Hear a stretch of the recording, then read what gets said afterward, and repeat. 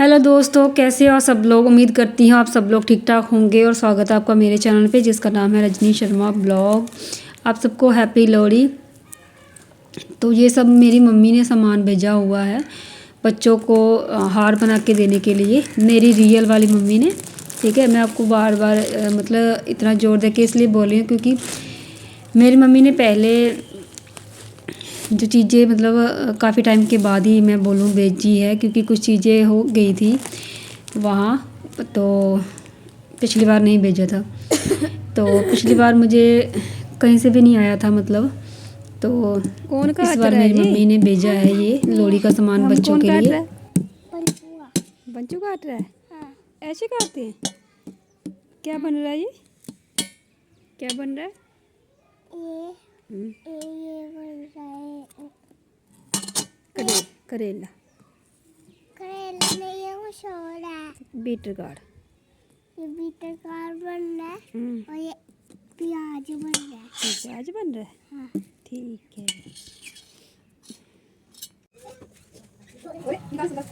तो मैं हार बनाने बैठी थी तो हस्बैंड की डिमांड आ गई कि ना ये करेले और रोटियां बना के मतलब बनाओ, मुझे खाने हैं। तो वैसे भी सुबह हमने सिर्फ ब्रेकफास्ट ही किया था, दोपहर को खाना नहीं खाया था क्योंकि बच्चे बीमार हैं और अभी भी बीमार हैं।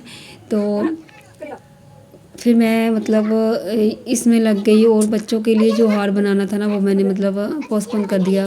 तो मैं सोच रही थी कि मैं थोड़ी देर बाद बनाऊंगी। तो यहाँ पर मैं करेले के लिए मैंने कढ़ाई में तेल रखा हुआ है और करेलों को ना मैं मतलब मसाले से भर रही हूँ।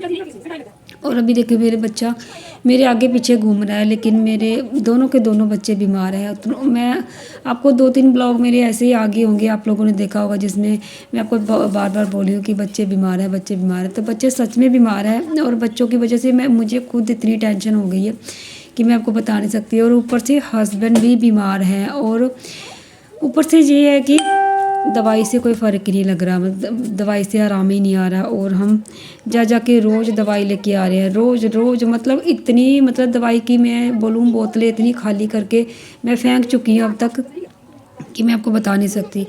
और दवाइयों का तो घर पे ऐसे मतलब ऐसे हो गया है, इतना स्टॉक जमा हो गया कि मतलब मैं तो कि मतलब ऐसा नहीं है कि मतलब ज़्यादा दवाइयाँ हैं तो मैं भूल गई हूँ कि कौन सी दवाई कब देनी है। लेकिन हाँ, मेरे थोड़े से दिमाग में ना मतलब स्ट्रेस हो गया है कि इतनी दवाइयाँ देख के भी और बच्चे ठीक नहीं हो रहे, इसलिए भी।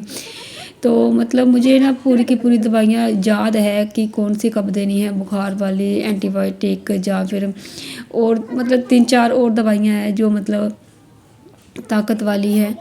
तो वो सारी दवाइयाँ मतलब रखी हुई हैं और बच्चों की अलग से है, हस्बैंड की अलग से है। तो ऊपर और गर्म पानी कर के देकर फिर मतलब आप पूछो मत कि मतलब मैं कितनी ज़्यादा परेशान हूँ इस चीज़ को लेके कि बच्चे बीमार हैं। लेकिन अब मैंने सोचा कि देखो ये कितने दिन मैं पहले तो मतलब मैं बोलूँ इतनी ज़्यादा परेशान थी कि मैं मतलब रो रही थी लिटरली। मैं बहुत बार रोई हूँ बच्चों को देखकर और हस्बैंड को देखकर। और जब बच्चे बीमार हैं, खाना दे रही हूँ, खाना नहीं खा रही हैं और मैं प्रॉपर मेहनत कर रही हूँ खाना बनाने में, और फिर मैं सोचती हूँ कि क्या ही बना दूँ उनके लिए कि बच्चे खा लें, और बच्चे कुछ भी बनाओ नहीं खा रहे थे। और इससे भी अंदाज़ा लग रहा था कि बच्चे जो कुछ भी दो वो फटाफट से खा लेते थे, और अब वो कुछ भी नहीं खा रहे हैं। तो मतलब अंदर उनके पता नहीं कितना ज़्यादा मतलब उनको दुख हो रहा है, मतलब बहुत ज़्यादा टेंशन हो रही थी मुझे और अभी भी है। लेकिन ये है कि कोई टाइम कहते हैं ना कि किसी भी चीज़ में जब अब नया होता है ना तो आपको बहुत ही ज़्यादा मतलब बुरा लगता है, लेकिन कोई भी चीज़ है फिर आप उस चीज़ से समझौता कर लेते हो कि बच्चे बीमार है तो हैं और मुझे उनको टाइम देना है तो देना है, और मुझे उनके लिए हर टाइम मतलब खड़े रहना है। तो फिर इस चीज़ के लिए मतलब ये भी हो जाता है कि ठीक है अब क्या कर सकते हैं। मतलब मैं कई बार ना माँ का भी इम्तिहान चल रहा होता है कि मतलब बच्चों को ना देखा तो नहीं जाता, लेकिन ना अगर माँ ही खुद बैठ जाएगी तो फिर उनकी कौन करेगा, है ना, बच्चों की केयर कौन करेगा। और फिर हस्बैंड भी एक अपनी वाइफ पर ही डिपेंड होते हैं सारी चीज़ों में। तो जहाँ पे मैं मतलब करेला मेरा मैंने जोंक दिया था। और उसके बाद मैं आटा लगा लूँगी। आटा लगाने के बाद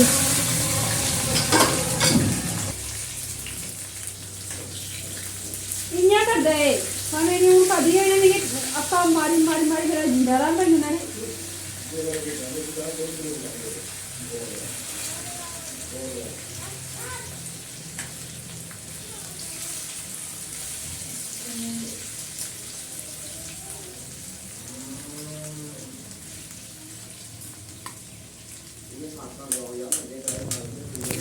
मैं हस्बैंड को बता रही थी कि बच्चे ना जब भी मैं किचन में होती हूँ तो फिर मुझे इतनी आवाज़ें मारते हैं, वो इतनी आवाज़ें मारते हैं, मतलब कई बार तो इतनी ज़ोर से मारते हैं कि मैं मतलब भाग के चली जाती हूँ कि पता नहीं क्या ही हो गया।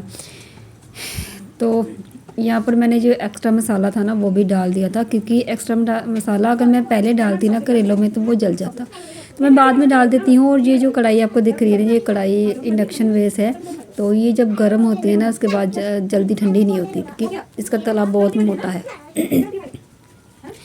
तो वो धीरे धीरे ना जो मैंने एक्स्ट्रा मसाला वो डाला है वो धीरे धीरे इसमें पक जाएगा। तो यहाँ पर मैं ना फटाफट से अब आटा गूँधूँगी, और आटा गूँधने के बाद ना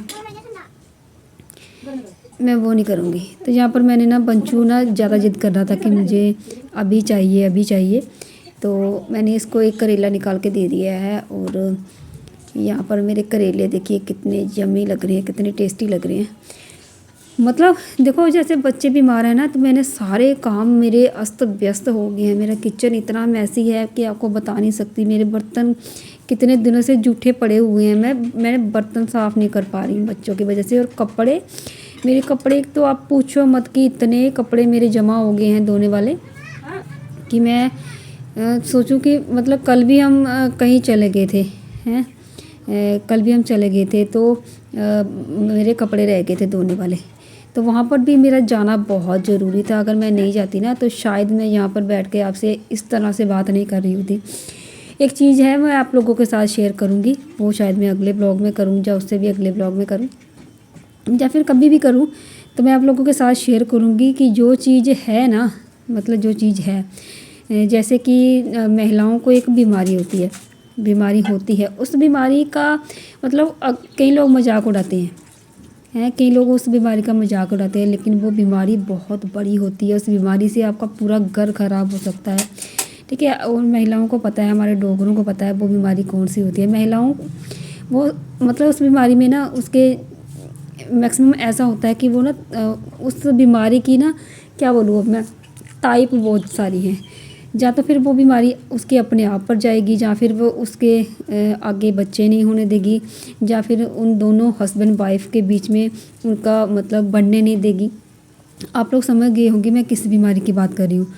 तो मतलब मैं भी ना काफ़ी टाइम से उस बीमारी से ग्रस्त हूँ, और मैक्सिमम जो लेडीज़ हैं ना वो इस बीमारी से ग्रस्त होती हैं, और उसको ना पता नहीं चलता, ठीक है। उसको पता चलता है शादी के बाद, ठीक है। शादी के बाद मैक्सिमम लेडीज़ को पता चलता है। और मेरे ख्याल से सारी औरतें समझ चुकी होगी कि मैं किस बीमारी की बात कर रही हूँ। वही वाली बीमारी है जिस बीमारी को लेकर ना मेरी और मेरी सास के बीच कहासुनी हो गई थी, और वो चीज़ें सच भी हो रही हैं, मैं झूठ नहीं बोलती। और भगवान ने मेरी इस वजह से मतलब सुन भी ली है, और सच बात है, सच जो चीज़ सच है वो सच है। जो चीज़ें मेरे साथ हुई थी वो नेक्स्ट केस में भी ऐसी ही हो रही है, ठीक है। तो चलिए, अक्ल वालों को अक्ल आनी नहीं आनी वो उनके ऊपर है, उनके ऊपर डिपेंड है, उनका केस है, उनकी लाइफ है, वो जैसे मर्जी सोचे जैसे मर्जी करें। तो वो उनकी लाइफ है, जैसे मर्जी हैंडल करे, जैसे मर्जी डील करे। लेकिन जो चीज़ें मैंने बोली थी, जो चीज़ें मैंने कही थी वो सच है, और 100% सच है, 100 में से 101% सच है, ठीक है। तो उस जो बीमारी मुझे भी लग चुकी है, मतलब जैसे कि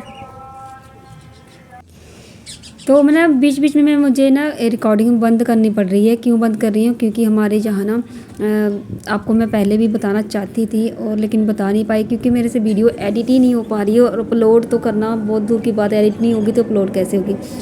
तो यहाँ हमारे गांव में ना विष्णु जग बैठा है। 108 श्री दुर्गादास जी महाराज के शिष्य श्री नारायण दास जी के कर कमलों के द्वारा हमारे रिहाल गांव में मतलब श्री विष्णु भगवान जी का मतलब यज्ञ यहाँ पर हो रहा है। तो उन्हीं की ना पीछे से आवाज़ें आ रही है, वहाँ स्पीकर वगैरह लगे हुए हैं और हम लोग आज होकर भी आए हैं। तो उसका जो ब्लॉग है वो कल आएगा। कल मैं आपको दिखाऊंगी कहाँ मतलब विष्णु जग बैठा हुआ है और कहाँ क्या क्या हो रहा है, क्या क्या नहीं हो रहा। आज ना इसकी कलश यात्रा मतलब आज कलश भराई हुई है और मतलब बहुत बड़ा प्रोग्राम है, बहुत ज़्यादा। वो मैं आपको अगले ब्लॉग में दिखाऊंगी और आप लोग देखना ज़रूर। मैंने हर एक चीज़ कैप्चर करी है, हर एक चीज़।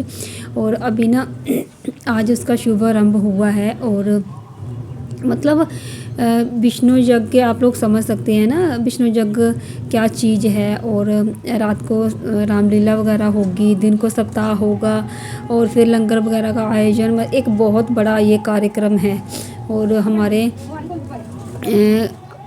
राम मंदिर के पुजारी श्री दुर्गादास जी के शिष्य श्री नारायण दास जी के मतलब द्वारा ये संचालक मतलब वो संचालक हैं इस चीज़ नहीं बोलूँगी, इस यज्ञ के। तो बहुत ही मज़ा आ रहा है, बहुत ही अच्छा लग रहा है। हम लोग भी गए थे आज। और चलिए मैं ना जो स्क्रीन पर चल रहा है वो आपको दिखाती हूँ। तो जहाँ पर मैं कपड़े धोने लग गई थी क्योंकि कपड़े काफ़ी ज़्यादा, हाँ मैं यहाँ काम करते करते बच्चों को दवाई पिला रही हूँ और दोनों बच्चों को, क्योंकि बच्चे बीमार हैं तो फिर उनको मतलब साथ साथ में दवाई भी दे रही हूँ मैं और साथ साथ में अपने घर के काम भी कर रही हूँ। और मुझे ना मतलब मैं बच्चों को लेकर इतनी ज़्यादा परेशान थी कि मैं अपने घर के सारे काम छोड़ के बैठ गई थी बच्चों के पीछे, और बैठना भी ज़रूरी था। और मुझे ना अब ना बच्चे मतलब जब मुझे ठीक होते नहीं दिख रहे हैं ना, तो उनकी दवाई चल रही है, तो मैं मतलब अब बच्चों को अगर कहीं ले जाना है दिखाने कहीं भी कोई, तो कपड़ा तो चाहिए ना, कोई धुला हुआ, उनका कोई कपड़ा ही नहीं बचा। सच बता रही हूँ मैं, मतलब इतना मैं परेशान थी कि मैं कपड़े नहीं धो पा रही थी, अपने घर का काम नहीं कर पा रही थी मैं सॉरी। मेरे बर्तन यूँ के त्यों इतने दिनों से पड़े हुए हैं, पता नहीं कैसे कैसे मैंने गुजारा कर रही थी मैं अपने किचन का। और मेरे घर का इतना खलारा पड़ चुका था कि मैं आपको ये नहीं बता सकती, दिखाने के लायक नहीं था मेरा घर। तो जैसे तैसे मैंने करना स्टार्ट कर दिया कि देखो अब धूप भी निकलना शुरू हो गई थी और बच्चे थोड़ी देर के लिए अगर टिकते हैं तो मैं फटाफट से अपना काम कर लेती हूँ। और रात को ना बहुत ही ज़्यादा मुश्किल हो जाता है बच्चों को लेकर। मैं आपको दिखाऊंगी कि कैसे मैं बच्चों को गोदी में ले लेकर मतलब पूरी रात निकालती हूँ, कैसे मैं बैठी हूँ बच्चों को लेकर। और यहाँ पर फिर मेरे इतने सारे बर्तन, मैं आपको बता ही रही हूँ कि मेरे बर्तन पड़े हुए हैं, तो मैं बर्तन भी मांज लूँगी, साफ़ कर लूँगी। क्योंकि अब मतलब एक मैं उस तरह से नहीं कि मैं बच्चों को लेकर बैठी रहूँगी तो मतलब मेरे घर का काम कौन करेगा, तो मैं उस तरह से नहीं करूँगी। मैं अब मतलब हर एक चीज़ टाइम पर, हर एक चीज़ को लेकर मैं सब मतलब करना चाहती हूँ। अब करूँगी तो ही मेरा काम चलेगा। तो यहाँ पर देखिए आप लोग, देखिए बर्तन कितने सारे हो गए हैं, मैं आपको पास से दिखाती हूँ, ये देखिए। और यहाँ पर ना मैं शाम को खाना बना रही थी तो मैंने ना देख ली थी वो विवेक और सृजना की जो स्टोरी थी ना, वो मैंने पूरी मतलब सुनी। मुझे इतना ज़्यादा रोना आया, मतलब इतनी अच्छी, इतनी प्यारी लव स्टोरी है उनकी और इतनी दर्दनाक मैं बोलूँ उस आदमी की मौत हुई है विवेक की। मैं आप लोगों को समझा नहीं पा रही हूँ, मेरा दिल इतना दुखी था इस टाइम। और दुखी इसलिए भी था कि मेरे बच्चे बीमार थे और हस्बैंड भी बीमार थे।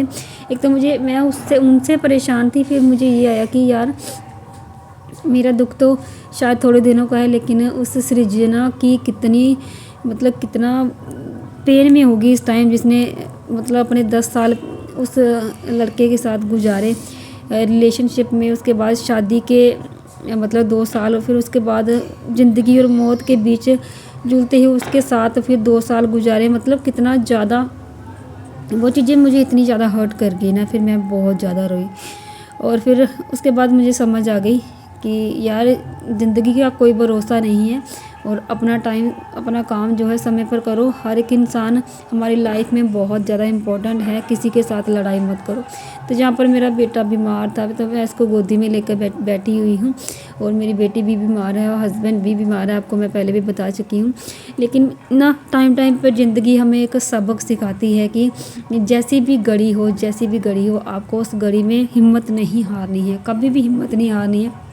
हमेशा आपको खड़े रहना है और दुगरे जोश के साथ खड़े रहना है, क्योंकि अगर पिछले दिन नहीं रहे ना तो ये वाले दिन भी नहीं रहेंगे। तो यहाँ पर मैं मतलब रात को 2 बजे सोई थी, मतलब बंचू को देखते देखते क्योंकि उसको ना उसकी नाक ना मतलब भरे जा रही थी बार बार, तो मुझे डर लग रहा था कि कहीं नाक उसकी बंद